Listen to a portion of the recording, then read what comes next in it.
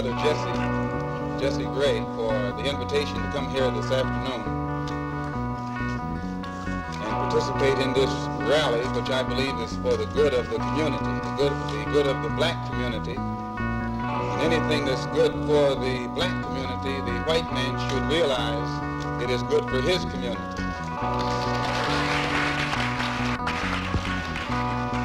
Jesse Gray is one of the key persons in the Harlem area, primarily because he's dealing with one of the key problems, the problem of housing. It doesn't make any difference what else you have. If you don't have some place to rest your head, you're in bad shape.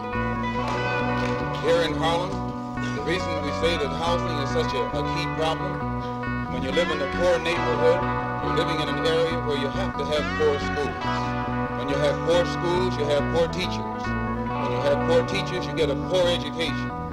When you get a poor education, you are destined to be a poor man and a poor woman the rest of your life. Poor education, you can only work on a poor-paying job. And that poor-paying job enables you to live again in a poor neighborhood.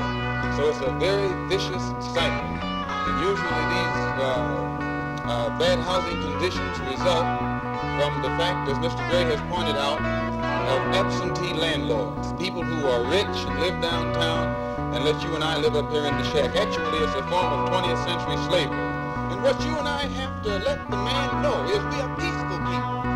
We are loving people. We love everybody who loves us. But we don't love anybody who doesn't love us.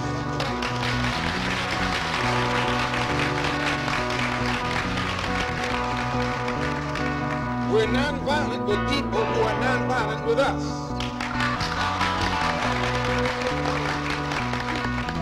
But we are not nonviolent with anyone who is violent with us.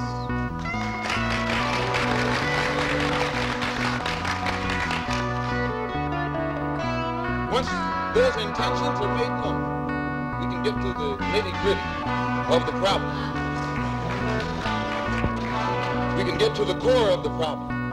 We can get to the root of the problem. And then we can correct the problem. There's been a lot of talk said recently when because I was supposed to have said something about Negroes should buy rifles. White people have been buying rifles all their lives. No commotion. I see an editorial right here in a paper they call the Journal American. One that we happen to have a suit against for around $6 million for saying the wrong thing a few years ago. It says that we're supposed to be organizing some kind of Negroes to arm themselves with rifles and shotguns for self-defense. America is based upon the right of people to organize for self-defense. This is in the Constitution of the United States. You read it for yourself. Brother James had the Constitution in with him. I don't know why. What is that number? What article is that? The Second Amendment to the Constitution spells out the right of people under this particular governmental system to have arms to defend themselves. All of you know I'm not an integrationist. I'm a believer in the Honorable Elijah and follower of the Honorable Elijah Muhammad. I'm still a Muslim. My religion is Islam. I run into some obstacles in the Nation of Islam, and I feel that I can best serve the Honorable Elijah Muhammad's purpose and program and carry into existence what I feel, I understand, concerning his objectives better on the outside than I can on the inside. And now that I have the independence of action, it's my intention to work with everybody or against everybody, whatever the case may be, to try and get some kind of immediate solution to the problems that are confronting our people. I still believe the best thing for us to do is go back home to Africa. But while we're getting ready to go back, we've got to eat now, we've got to sleep now, we have to have some clothes now, our children have to go to school, and we need some place to work.